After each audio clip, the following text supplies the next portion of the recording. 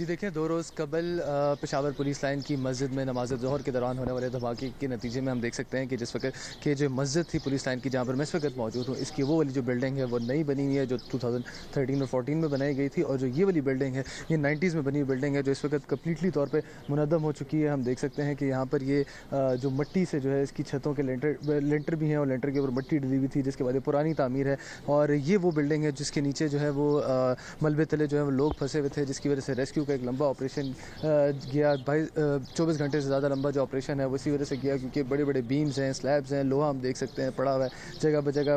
مسجد کے جو پھنکے ہیں، اسی طرح سے کارپیٹ جو ہیں وہ خون آلود کارپیٹ بھی یہاں پر پڑے ہوئے ہیں. جب یہ ریسکیو کا آپریشن ختم ہوا تو اس کے بعد جو ہے یہاں پر جو تحقیقاتی ٹیمیں تھیں انہوں نے یہاں سے نمونے اکٹھے کیے، فورینزکس کے لیے بھیجے ہیں. اسی طرح سے گزشتہ روز IG KPK نے بھی یہ کہا ہے کہ دھماکہ جو تھا وہ خودکش تھا، اور اسی طرح سے اس کے جو نمونے یہاں سے اکٹھے کر کے DNA کے لیے فورینزکس کے لیے بھیجے گئے ہیں. اب تک جو ہے تعداد جو ہے یہاں پر 102 ہو گئی ہے، 102 تعداد ہو گئی ہے جو شہید ہوئے اس دھماکے میں، جبکہ 49 کے قریب جو ہے وہ زخمی ابھی بھی اسپتال میں زیر علاج ہیں، جس میں سے 7 جو ہیں وہ ICU میں ہیں. اسی طرح سے جو تحقیقاتی ٹیمیں ہیں انہوں نے یہاں پر جتنے بھی پولیس کے جو جوان بیرکس میں موجود تھے، 7 کوارٹرز میں موجود تھے، ان تمام کا ڈیٹا جو ہے وہ اکٹھا کر لیا ہے، ان کی پروفائلنگ کر لی ہے. تاہم جتنے CCTV کیمراز لگے ہوئے ہیں یہاں پر پولیس لائن کے اندر، ان کے ذریعے بھی تحقیقات اس وقت جاری ہیں. دوسری جانب ہم ابھی اور یہ بات جو ہے وہ قابل ذکر ہے کہ یہ انتہائی ایک حساس جگہ ہے جہاں پر جو ہے وہ اس طرح سے خودکش کا آنا جو ہے وہ بڑی حساس جگہ جہاں پر خودکش کا آنا ایک مشکل کام ضرور تھا. بہت شکریہ رضوان یوسفزئی اپڈیٹ کرنے کے لیے. میاں والی کے تھانے مکروال پر دہشت گردوں کا حملہ ناکام بنا دیا گیا ہے. DPO محمد نوید کے مطابق تھانے پر 15 سے 20 دہشت گردوں نے جدید اسلحے سے حملہ کیا. پولیس کی جوابی فائرنگ سے دہشت گرد اپنے زخمی ساتھیوں کو لے کر فرار ہو گئے. پولیس نے علاقے کو گھیرے میں لے کر سرچ آپریشن شروع کر دیا ہے. میاں والی میں پولیس اسٹیشن پر حملے کے بعد ملتان اور سرگودا میں بھی سیکیورٹی ہائی الرٹ کر دی گئی ہے. IG پنجاب نے تھانہ مکروال پر حملے کے پیش نظر خصوصی کمیٹی تشکیل دے دی ہے. ترجمان کے مطابق خصوصی کمیٹی سرچ اور کومنگ آپریشنز پلان کرے گی. قانون نافذ کرنے والے اداروں کے ساتھ مل کر میاں والی میں سرچ آپریشنز کیے جائیں گے. حملے میں تمام پولیس اہلکار محفوظ رہے. ملتان میں درگاہوں اور عبادت گاہوں کی سیکیورٹی سخت کر دی گئی ہے. تفصیلات بتائیں گی جیو نیوز کی نمائندہ کشمالہ عمران. جی پاکستان میں حالیہ دہشت گردی کے واقعات کے پیش نظر ملک بھر کے تمام چھوٹے بڑے شہروں میں سیکیورٹی ہائی الرٹ جاری کر دیا گیا ہے. اسی طرح ملتان کے تمام مزارات پر بھی سیکیورٹی سخت کر دی گئی ہے. اس کے علاوہ ملتان کے مختلف عوامی مقامات پر جہاں پر رش زیادہ ہوتا ہے وہاں پر ناکہ بندی کی گئی ہے اور سیکیورٹی چیکنگ کی جا رہی ہے. اور اسی طرح قلعہ کونا قاسم باغ پر بھی جو سیکیورٹی چیکنگ ہے وہ سخت کر دی گئی ہے. کسی بھی شخص کو بغیر چیکنگ کے اندر نہیں جانے دیا جا رہا. اور جو حالیہ سیکیورٹی کے خدشات ہیں ان کے پیش نظر تمام شہروں کی جو مختلف عبادت گاہیں ہیں وہاں پر عبادت کے ٹائم پر سیکیورٹی اہلکار تعینات کیے گئے ہیں تاکہ جو ملک میں دہشت گردی کی پروان چڑھتی لہر ہے اس پر قابو پایا جا سکے. جی سندھ حکومت کی جانب سے کراچی میں پہلی بار خواتین کے لیے مخصوص پنک پیپلز بس سروس کا آغاز آج سے ہوگا. بس میں انٹرنیٹ اور موبائل چارجنگ کی سہولت بھی موجود ہے. تفصیلات بتائیں گے جیو نیوز کے نمائندے دانیال سید. آپ کو بتائیں کہ سندھ حکومت کی جانب سے کراچی میں پہلی بار خواتین کے لیے پیپلز پنک بس سروس کا آغاز کر دیا گیا ہے. بس میں انٹرنیٹ اور موبائل چارجنگ کی سہولیات بھی موجود ہیں. کراچی میں پہلی بار خواتین کے لیے مخصوص پنک بس سروس کا آغاز آج سے ہوگا. جی بالکل، کراچی میں پنک بس سروس کا آغاز آج سے کیا جا رہا ہے اور یہ بس سروس کراچی شہر میں بسنے والی جو خواتین ہیں وہ اس میں صرف سفر کر سکیں گی. سندھ حکومت کی جانب سے اس بس سروس کا آغاز کیا جا رہا ہے. دفتری اوقات میں ہر 20 منٹ بعد یہ بس سروس جو ہے وہ چلائی جائیں گی. 22 سیٹر یہ بس ہے لیکن اس کے اندر خواتین جو ہے 50 کی تعداد میں خواتین اس کے اندر آ سکتی ہیں. وائی فائی ڈیوائس جو ہے وہ اس کے اندر پرووائڈ کی گئی ہے. موبائل چارجر جو ہے خواتین اس میں چارج کر سکیں گی. فیئر کلیکٹر کی اگر بات کی جائے تو وہ بھی خاتون جو ہے فیئر کلیکٹر ہوں گی. کمفرٹ یہ سیٹس ہیں اور انتہائی دلکش آرام دہ اس کے اندر سفر کیا جا سکتا ہے. یہ بس سروس جو ہے ماڈل کالونی سے اشارہ فیصل، کارساز اور اس کے بعد ٹاور تک یہ بس سروس جو ہے وہ چلائی جائیں گی. آج اس کا افتتاح کیا جائے گا. جی سرگودا میں بھی پبلک ٹرانسپورٹ کے کرایوں میں غیر معمولی اضافہ کر دیا گیا ہے. گڈز ٹرانسپورٹ کے کرائے بھی بڑھا دیے گئے ہیں. تفصیل بتائیں گے ملک محمد اصغر. جی پیٹرولیم کے نرخوں میں اضافے کے بعد مہنگائی کی حالیہ لہر نے شہریوں کی پریشانی میں بے پناہ اضافہ کر دیا ہے۔ پبلک ٹرانسپورٹ کے ساتھ ساتھ جو گڈز ٹرانسپورٹ ہے اس کے کرایوں میں بھی 10 سے 15% تک اضافہ کر دیا گیا ہے۔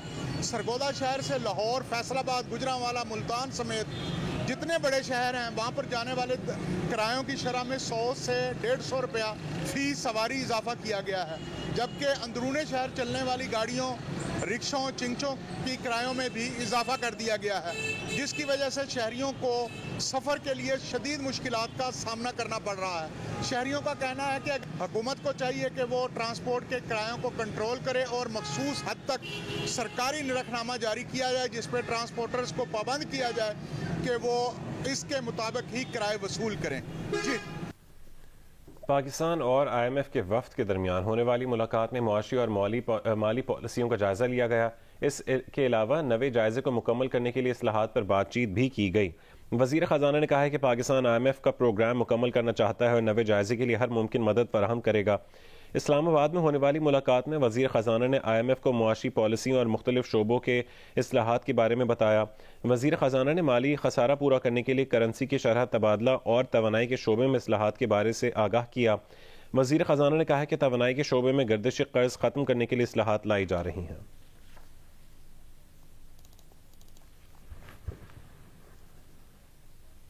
سابق deputy governor State Bank doctor Murtaza Syed نے آئی ایم ایف وفد کی پاکستان آمد کو ڈیفالٹ سے بچنے کے لیے واحد امید قرار دے دیا ہے۔ ڈاکٹر مرتضیٰ سید نے موجودہ معاشی بحران کی وجہ 2021-22 میں لاپرواہی سے بنائی گئی پالیسیوں کو قرار دیا۔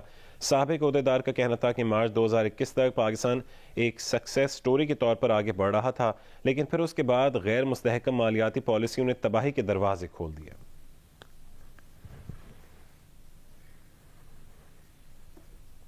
آزاد کشمیر میں برف باری کا سلسلہ تھم گیا ہے۔ مختلف اضلاع میں بند سڑکوں کو کھولنے کا سلسلہ جاری ہے۔ مظفر آباد سے عارف عرفی تفصیلات بتا رہے ہیں۔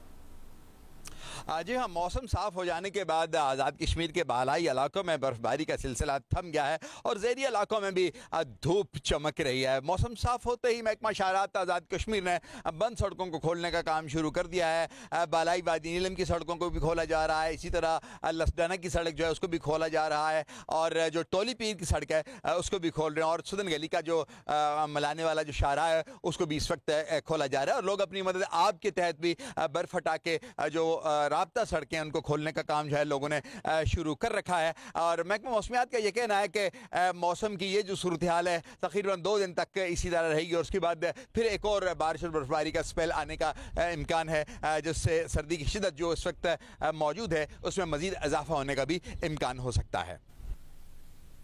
آگے بڑھا کو بتائیں، پاکستان میں میڈیا کی آزادی اور صحافیوں کو درپیش چیلنجز کے حوالے سے council of Pakistan news paper editors کے زیر اہتمام گول میز کانفرنس ہوئی۔ کانفرنس میں میڈیا کی مخدوش صورتحال، حکومتی قدغنوں، دھمکیوں، مقدمات اور گرفتاریوں پر مبنی CPNE کی رپورٹ پر تبادلہ خیال کیا گیا۔ Council of Pakistan news paper editors نے صحافیوں کو درپیش چیلنجز اور میڈیا کی آزادی کے حوالے سے CPNE کے دفتر میں گول میز کانفرنس منعقد کی، جس میں تجویز دی گئی کہ میڈیا کے مسائل پر تمام صحافتی اداروں کو متفقہ نکات پر جوائنٹ ایکشن کمیٹی بنانی چاہیے۔ مقررین کا کہنا تھا کہ پیکا قانون کے خلاف سب نے مل کر آواز اٹھائی اور ڈٹے رہے، جس کی وجہ سے حکومت کو بھی اپنے فیصلے سے پیچھے ہٹنا پڑا۔ کانفرنس کی میزبانی CPNE کے سیکریٹری جنرل عامر محمود نے کی، جبکہ ایسوسی ایشن آف الیکٹرانک میڈیا ایڈیٹرز اور نیوز ڈائریکٹرز کے صدر اظہر عباس، خازن PFUJ لالا اسد پٹھان، رکن CPNE مقصود یوسفی، صدر KUJ Faheem Siddiqui, secretary general PFUJ Dastoor AH Khanzada, صدر Karachi press club Saeed Sarbazi, director CEJ IBA Amber Shamsi, صدر PFUJ GM جمالی، صدر KUJ دستور راشد عزیز، رکن CPNE انور ساجدی، PPF کے اویس اسلم، عاجز جمالی، حسن عباس اور پروفیسر ڈاکٹر توصیف احمد خان نے شرکت کی۔ کانفرنس میں مقتول صحافی اطہر متین کے بھائی طارق متین بھی شریک ہوئے، جبکہ ارشد شریف کی بیوہ جویریہ ارشد نے ویڈیو لنک پر کہا کہ ارشد شریف کے قتل کو 100 دن ہونے والے ہیں، لیکن اب تک انہیں انصاف نہیں ملا۔ سینئر صحافی مظہر عباس اور دیگر کا کہنا تھا کہ صحافیوں کو اس سوچ کے ساتھ آگے بڑھنا ہوگا کہ ایک پر حملہ سب پر حملہ ہے۔ صدارتی ایوارڈ یافتہ سینئر صحافی عاشق چودھری لاہور میں انتقال کر گئے۔ ان کی عمر 80 سال تھی۔ عاشق چودھری 50 سال سے زیادہ عرصے روزنامہ جنگ سے وابستہ رہے۔ فلمی صحافت میں خدمات پر انہیں متعدد قومی ایوارڈ سمیت ستارہ امتیاز سے بھی نوازا گیا۔ عاشق چودھری کئی برسوں تک فلم سینسر بورڈ کے رکن بھی رہے۔ نگراں وزیر اطلاعات و ثقافت پنجاب عامر میر نے عاشق چودھری کے انتقال پر افسوس کا اظہار کیا ہے۔ عاشق چودھری کی نماز جنازہ آج بعد نماز ظہر جامع مسجد قبا چناب بلاک اقبال ٹاؤن میں ادا کی جائے گی۔